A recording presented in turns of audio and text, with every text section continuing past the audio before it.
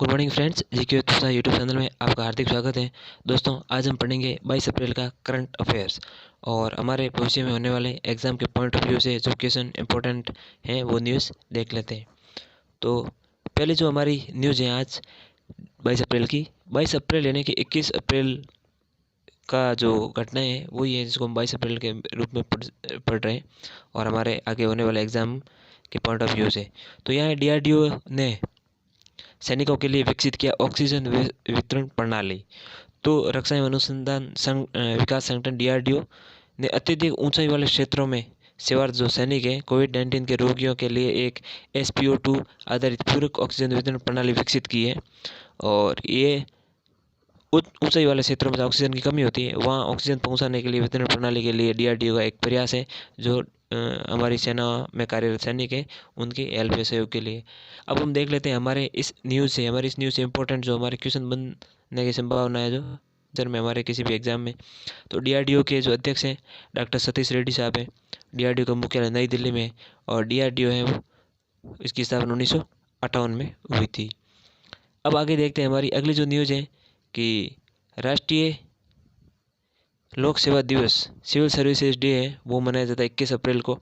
इसमें हम देखेंगे कि भारत में लोक सेवा दिवस ये 21 अप्रैल को मनाया जाता है। केंद्र और राज्य सरकारों के विभिन्न विभागों में लोक प्रशासक लगे हुए हैं अधिकारियों द्वारा किए गए ज़बरदस्त काम की सराहना के लिए इसे 21 अप्रैल को राष्ट्रीय लोक सेवा दिवस के रूप में चुना गया है। हमारे जो पहले गृह मंत्री थे सरदार पटेल साहब 1947 में वो नवनियुक्त प्रशासनिक जो अधिकारी थे यानी कि IAS का जो फर्स्ट बैच था उनको संबोधित करते हुए उन्होंने 21 अप्रैल को सिविल सर्विस डे के रूप में घोषित किया। तो हम इसको याद रख सकते हैं। और एक लाइन और भी है सिविल सर्विसेज के बारे में, इनको स्टील फ्रेम ऑफ इंडिया कहा जाता है यानी कि जो हमारी सिविल सेवाएं सिविल सेवक हैं इनको स्टील फ्रेम कहा जाता है।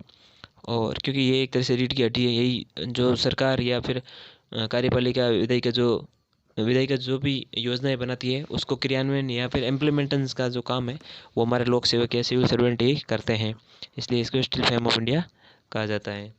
अगली जो हमारी न्यूज़ है कि अमेरिका के पूर्व उपराष्ट्रपति वाल्टर मॉडेल का निधन। तो हम इसको याद रख सकते हैं अगर किसी एग्ज़ाम में पूछा जाए कि हाल ही में जो वाल्टर मॉडेल है वो क्यों चर्चित थे या इनका निधन हुआ, ये कौन थे, तो अमेरिका के उपराष्ट्रपति थे और 42वें नंबर के थे। हम ये याद रख सकते हैं 1977 से 1981 तक इनका जो कार्यकाल था वो हम इस प्रकार इनको याद रख सकते हैं। अगली जो हमारी न्यूज़ है कि RBI के पूर्व गवर्नर मेधाबोलू नरसिम्हन का निधन। तो M नरसिम्हन का कई बार नाम आता है, इनके नाम से विभिन्न प्रकार की योजनाएं और सिफारिशें भी हैं लागू की गई है तो इनका नाम याद रख सकते हैं। और ये भारतीय रिजर्व बैंक RBI के पूर्व गवर्नर मेधाबोलू नरसिम्हन का निधन हो गया। और भारतीय बैंकिंग सुधार के पिता देख लीजिए, father of Indian banking reforms के रूप में इनको जाता है। और नरसिम्हन समिति है तो बैंकिंग सुधार से संबंधित ऐसा है। और RBI के 13वें गवर्नर थे।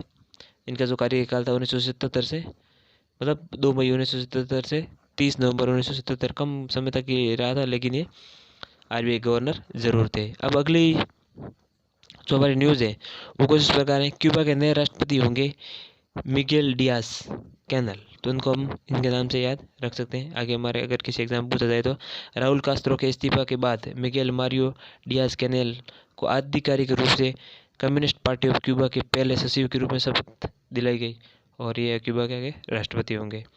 अब इस न्यूज़ से हमारे एग्ज़ाम की दृष्टि से जो इम्पोर्टेंट है कि क्यूबा की जो राजधानी है वो हम याद रख सकते हैं हवाना है।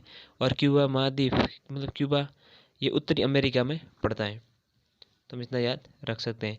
और क्यूबा की जो मुद्रा है वो हमारे हैं क्यूबा पैसो है जो क्यूबा की मुद्रा है। अगला जो अगली हमारा जो न्यूज़ है कि विश्व प्रेस स्वतंत्रता सूचकांक 2021 में भारत 142वें स्थान पर। तो हम वर्ल्ड प्रेस फ्रीडम इंडेक्स है उसमें भारत ने 142वां स्थान है जो पाया है। और ये 2020 में भी भारत 142वें स्थान पर ही था। 180 देशों में भारत 142वें स्थान पर है, इस प्रकार हम याद रख सकते हैं। और इस शीर्ष पे जो बरकरार रखा नार्वे 5वें वर्ष के लिए अपना शीर्ष, नार्वे फर्स्ट भी सर्वोच्च है और सबसे लास्ट में इरिट्रिया है 180वें स्थान पर। तो हम इसमें कुछ देख लेते हैं जो टॉप 2-3 देश है। जैसे नॉर्वे फर्स्ट है, दूसरा फिनलैंड है, तीसरे नंबर पर डेनमार्क है। और देखो चाइनी मतलब चीन की जो रैंक है 177 है, 177वीं रैंक है। और सबसे लास्ट में इरिट्रिया 180। अगली जो हमारी न्यूज़ है कि पहला सिंह पटेल ने रामायण पर पहली बार ऑनलाइन प्रदर्शनी का उद्घाटन किया। तो सर्वप्रथम ये देखते हैं पहला सिंह पटेल कौन है और इन्होंने ये कैसी प्रदर्शनी का उद्घाटन किया। तो केंद्रीय पर्यटन और संस्कृति राज्य मंत्री स्वतंत्र प्रभार प्रहलाद सिंह पटेल, तो हमारे केंद्रीय मंत्री है। कैसे मंत्री? पर्यटन और संस्कृति मंत्री हैं। और इन्होंने वाल्मीकि द्वारा लिखित महाकाव्य रामायण पर पहली बार ऑनलाइन प्रदर्शनी का जो है वर्चुअली उद्घाटन किया वीडियो कॉन्फ्रेंसिंग के माध्यम से। यानी कि ऑनलाइन प्रदर्शनी का शीर्षक राम कथा पूछ भी लगे किसी एग्जाम में तो इसका है राम कथाओं के माध्यम से राम की कहानी रखा गया है, जिससे कि लोगों को इसके बारे में और नई जो युवा पीढ़ी है उसको रामायण के बारे में या हमारे जो ये धार्मिक ग्रंथों के बारे में जानकारी प्रदान करने के लिए। अगली जो हमारी न्यूज़ है कि एपी ने शुरू की जगन्नाथ विद्या दीवेना योजना। एपी मतलब आंध्र प्रदेश है और जगन्नाथ जब भी आया तो जगन मोहन रेड्डी साहब की योजना है, तो ये आंध्र प्रदेश से संबंधित है। और आंध्र प्रदेश से जो भी संबंधित योजनाएं होती है उसमें ये ऐसा जगन्नाथ नाम ज़्यादा देखा जाता है। तो अगर ऐसा कोई क्वेश्चन आए, हम अनुमान नहीं लगा पाए कि ये योजना किस राज्य से संबंधित है और आंध्र प्रदेश हो, तो एक बार हम उस ऑप्शन के करीब जा सकते हैं। अब देखते हैं आंध्र प्रदेश के मुख्यमंत्री वाई.एस. जगन मोहन रेड्डी साहब ने हाल ही में वर्ष 2021-22 के लिए जगन्नाथ विद्या दिवेना योजना के तहत 672 करोड़ रुपए की पहली किस्त जारी कर दी है। तो ये शिक्षा से संबंधित है और खासकर विद्या का नाम यहाँ देख ही रहे हैं हम, तो विद्या को बढ़ावा देने के लिए या शिक्षा को। जगन्नाथ विद्या दिवेना योजना का जो मुख्य उद्देश्य है इसमें है उन सभी छात्रों को छात्रवृत्ति प्रदान करना जो अपने वित्तीय बोझ के कारण अपनी फीस भुगतान करने में सक्षम नहीं है। तो ये ज़्यादातर स्कूल से शिक्षा को बढ़ावा देने के लिए और जिनके पास शिक्षा या पैसे नहीं है उनको ये आगे लाने के लिए प्रयास किया गया है। अब बात है आंध्र प्रदेश के राज्यपाल हैं विश्व भूषण हरिश्चंद्र और आंध्र प्रदेश के जो मुख्यमंत्री हैं वो वाई.एस. जगनमोहन रेड्डी साहब है। अगली जो हमारी न्यूज़ है वो कुछ इस प्रकार है कि प्लास्टिक कचरे को महासागरों में प्रवेश से रोकने के लिए भारत और जर्मनी ने किया समझौता। भारत और जर्मनी सरकार ने नई दिल्ली में एक वर्चुअल समारोह में प्लास्टिक को समुद्री वातावरण में प्रवेश करने से रोकने के अभ्यासों को बढ़ावा देने की तकनीकी सहयोग के लिए एक समझौता किया है। Cities compact plastic entering marine environment नामक परियोजना को 3.5 साल की अवधि के लिए लागू किया गया और इसमें जो समुद्री है या फिर महासागर में आने वाला प्रदूषण पर रोक लगाया जाएगा।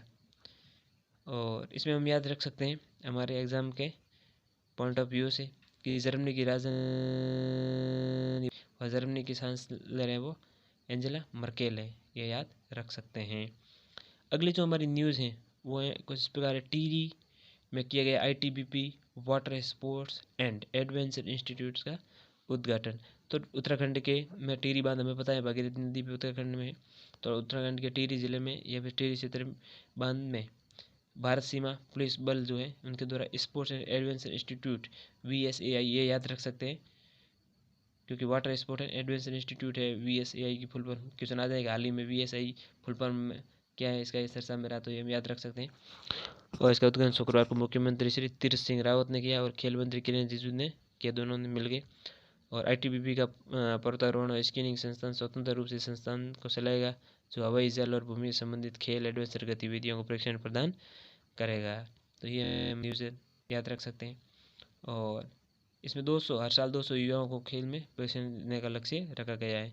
और हमारे एग्जाम के पॉइंट ऑफ व्यू से इस न्यूज़ से हम याद रख सकते हैं ITBP की स्थापना जो 26 अक्टूबर 1962 को ITBP का मुख्यालय नई दिल्ली में और ITBP के वर्तमान जो DG है वो SS देसवाल है, वो हम याद रख सकते हैं।